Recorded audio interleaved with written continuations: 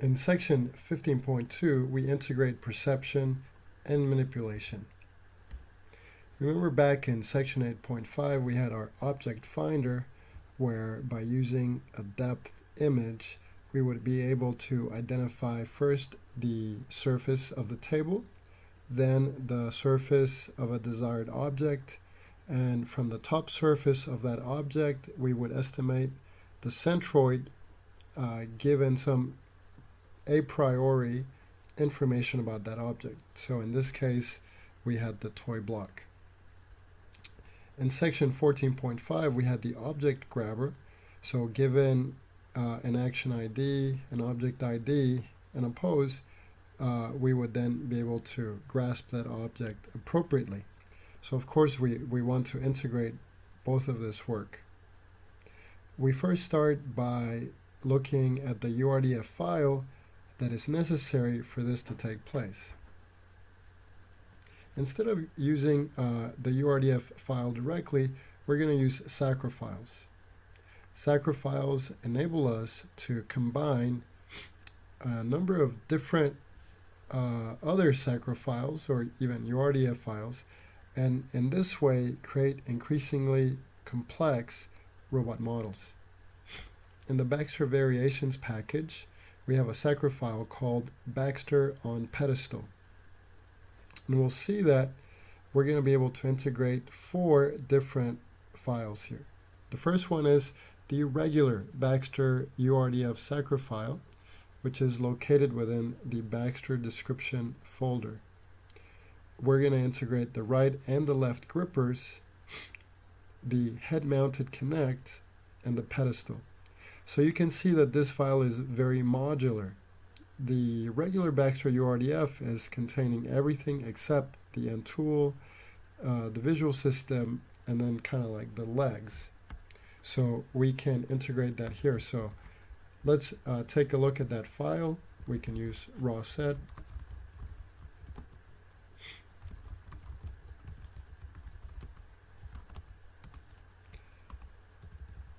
And the first thing you'll notice is that actually this Sacra file is very compact. It's not long, and by using Sacra include file name, we can provide the correct path for those files and then integrate them into the system. For the grippers, we do the same one for left and right, and then here is the connect integration and the pedestal integration. One last thing that we need to do is working with the links and the joints. So we want to attach the Baxter torso to the pedestal. And we want to make sure that the torso is this specific height above the ground. So here we have the world link, and then we have the Baxter base joint, which is fixed, it doesn't move, and this is going to connect the base link to the base. Okay, we also have another joint, glue base to the world, also fixed, and then this is going to connect the world to the base link. So by working with common links and joint names, we can connect necessary parts together. Let's close this. Then in this important launch file, coordinate vision and manipulation, we're going to have a total of 18 nodes running. Amazing. The first 4 that I want to introduce to you are service servers. So they're not action services, they're just regular services. We have Baxter Play File Service, which was introduced, I believe, in chapter 14. It's going to help us simply run play files that are going to be useful in, for example, setting the arms of Baxter to a pre-pose position or a home position or a grab a can position, anything that we need. We have the object manipulation query service from section 15.2, and here we're just learning how do we want to approach a particular object. We have the generic gripper services from 15.3, chapter 15.3, and this is how do we interact with a gripper, whether it's 2 fingers or a suction or a hand.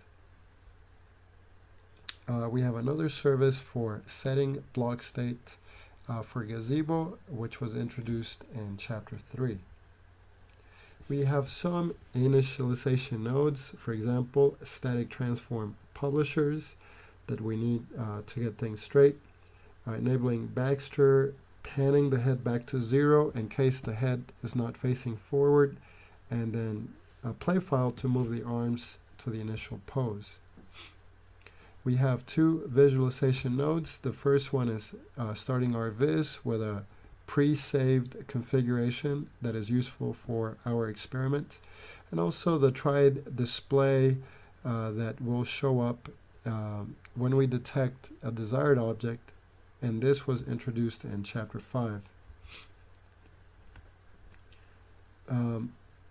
We have 2 additional static transform publishers that are introduced through the launch file of the Cartesian planner. This is to set the system reference frame and the generic gripper frame from chapter 15.3. Then we have the action servers. We have 2 trajectory streamers for the right and left arms. These are going to run the play files. And then we have the Cartesian action server for Cartesian planning and execution from chapter 14.9. And we have the object grabber action server from chapter 15.4. So finally, the last thing that we need is to combine vision and manipulation.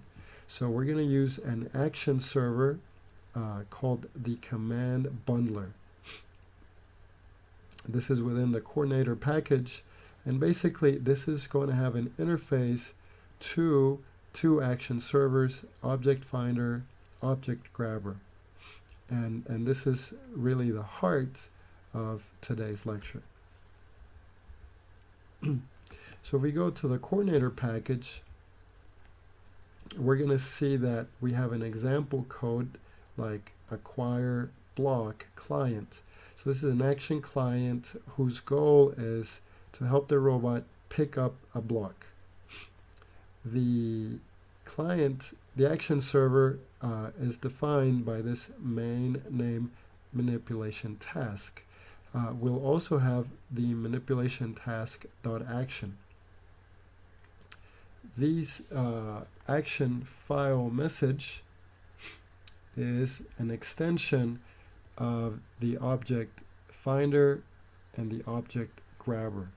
So this will include object IDs and action IDs that pertain to both of those action servers. Okay. So in terms of goal, we'll need to specify the object ID and then the perception type for a visual sensor. Is it a depth image? Is it a color image? We'll need to specify some locations like the drop-off location and maybe a pickup location. Okay. Here's some task codes using PCL vision or blind manipulation where the pose would be provided. Action codes, so many of them.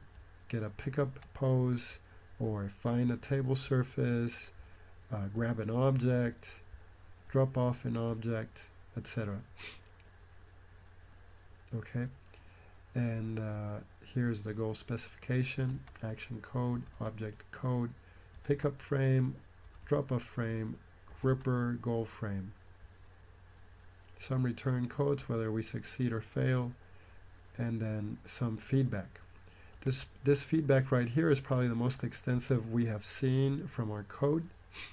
So we could say, I received a new task, or perception is busy, pickup planning is busy, pickup motion is busy, pickup successful, Same for drop off or no current task, aborted, completed move, completed drop off, etc. So this is a representation of something you could use to get more precise feedback. So here we're gonna set the object ID, the action ID, and then the visual source, and that goes into our server. The server is defined in the command bundler.cpp, and so the server is going to serve any request. If you want to know a pose, you're going to get the pose. If you want to move to a location, you can move to a location. If you want to find the table, you can find the table.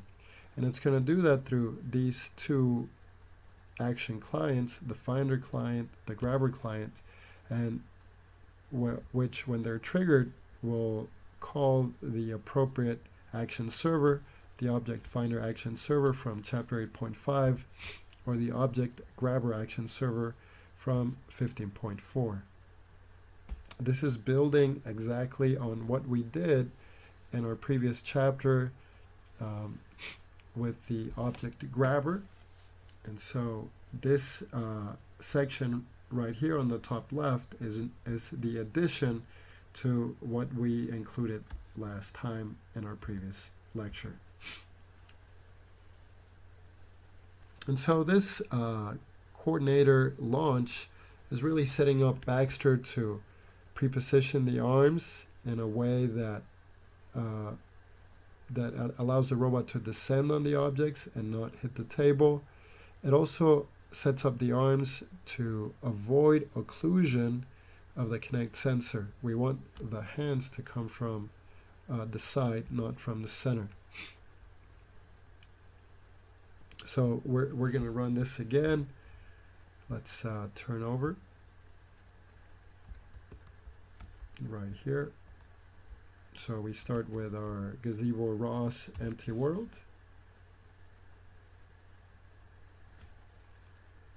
Let me run that again.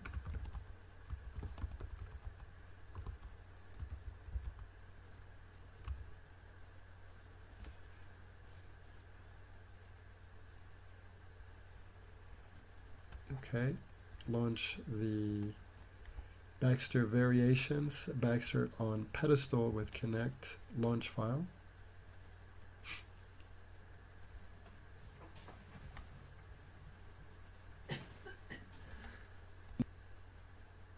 Here we need to wait until the controller has fully launched. Once the simulator and the controllers, after that we can start the coordinator vision manipulation launch file. So we can do that.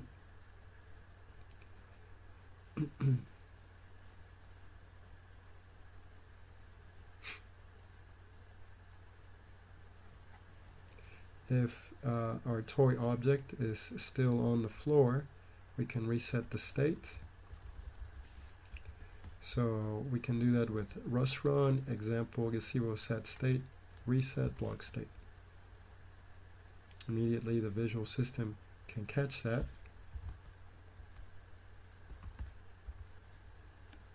And so now we can actually get to try the acquire block client.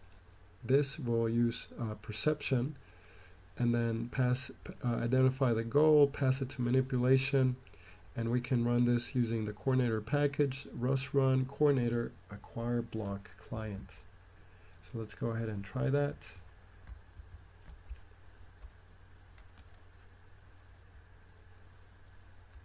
Here we have the Gazebo view.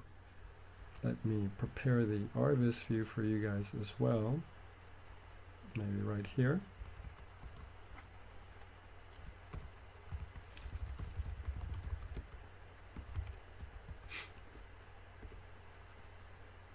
And let me maximize this window so you can see some of the messages from the client.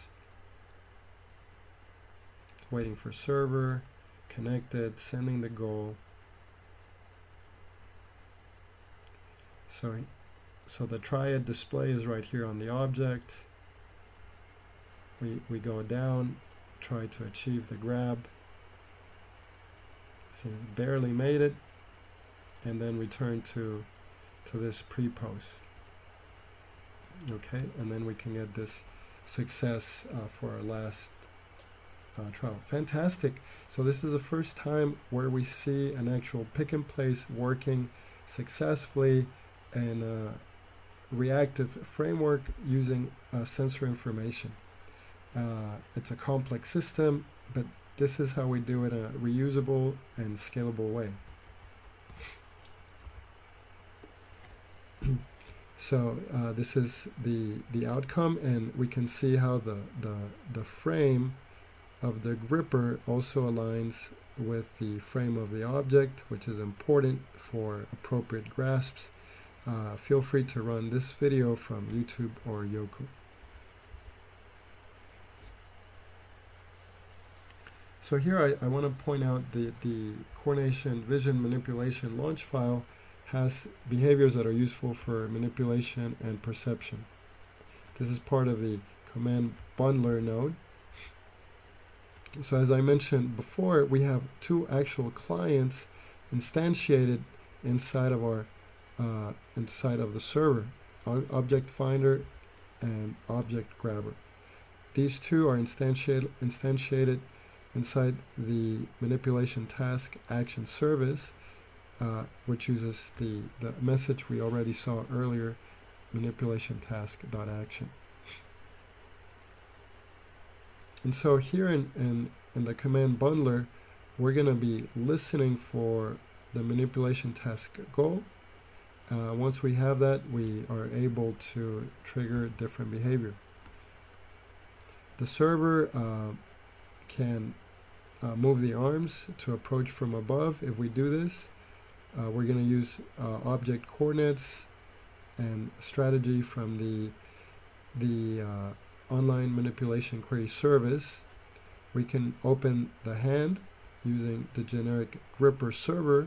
We can descend to grasp using the Cartesian planning and execution servers close to grippers, like here, and then depart from the table also using Cartesian planning and execution. So again, just you can take a moment to appreciate the way that we have been integrating services and actions from the entire book to do a range of different tasks. Now let's look at the client a little bit more carefully. So acquire block client is really asking to pick up a specific object. Remember in our last lecture when we had the object grabber client, it was the client that actually controls the sequence of the robot tasks. So here we're going to say, number one, find the table. Number two, find the object. Then approach it, and then pick it up, and then move back to pre-pose. So we're controlling that sequence. Each sequence or each task is enabled by activating a specific goal action code. So first we talk to the object finder to find the table and the toy. We get the triad frame at the goal pose, and here of course we have a slight modification where the connect is on top of the Baxter instead of on the floor, and then we use that to talk to the object grabber. So here's an example of the action codes. Number one, the arms are moved to a pre-pose position. The action code that we use is a choice available in our action message. So here we might say, let's move to pre-pose and set the action code to coordinator manipulation task goal, move to pre-pose. As a client, we send that as our goal to our server, and then the server will correctly call the Cartesian planner for execution. if we get a successful result from this, we can continue our execution and go to the next step of our sequence. Otherwise, we would quit. So now that we've moved the arms to pre-pose, we do a request to find the table. Again, same structure. The action code is set equal to this coordinator, manipulation task goal, find table surface. The client sends the goal. And again, if it's successful, we're going to pick up a pose of the table, and then we want to find the object on top of the table. So here we want to find the block. So we say get pickup pose for the toy block ID using PCL Vision, and then we send that goal. So in this step, we have one more item of information compared to before. And then once we know the pose, we want to grab the object. So we use action code grab object. We pass the previously obtained pose here into the pickup frame. We still give the object type for the right grip, and we send that out. And lastly, we just have a movement to return to pre-pose as we did in our first step. So in all of these cases, if a task fails, the program quits. But this is a really important step where instead of quitting, you could introduce a host of simple or even advanced error recovery techniques that could help the robot recover from these mistakes. So great, now we saw how we could pick up the object. Now let's look at another example where we can drop off the object. So instead of doing acquire block, we're going to look at drop off block client. And this runs exactly in the same way. Please look at the code at home. Instead of picking up, we're just going to drop off. So let's bring up Gazebo right here. Okay, let's bring up Arvis right here. Let's bring this window, and then let's drop off the client. I might push this a little bit up so we can see that better. Okay, here we go. Connect to the server.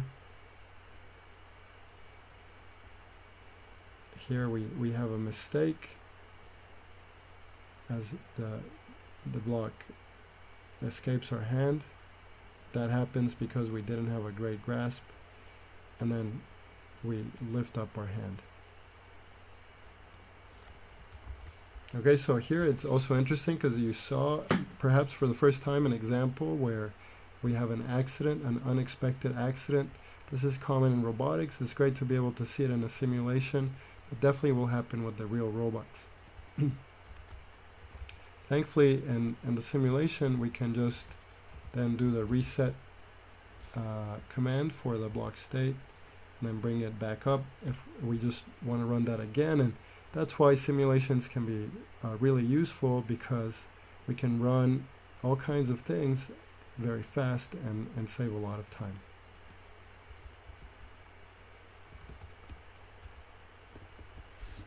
And here the drop-off target was hard-coded at some position on the table, but again, you can always make that more intelligent. And so the client is again controlling the action sequence. It's returning to the approach pose and then descending to a drop-off pose using the Cartesian planner.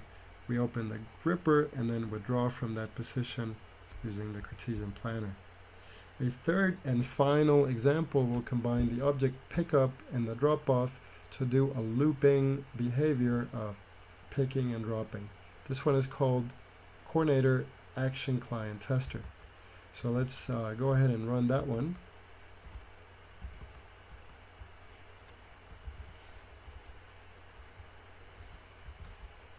Let's see.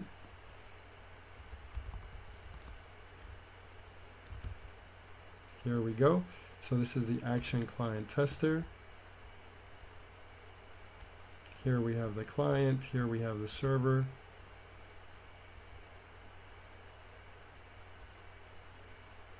We're going in for the pick. Had a little bit of a collision. Let's see if we can pick that up. This is a different drop-off strategy. So there was a rotation, put that down. But now the really interesting thing here is we're going to use our depth camera one more time. Here we vary the location randomly of the block, but we use our visual system again, and we can react to that, to this change in the environment, and then pick up that block again. Here we assign a random drop-off location within the table bounds, and then put that down. We'll reset the position of block somewhere within the table and try again.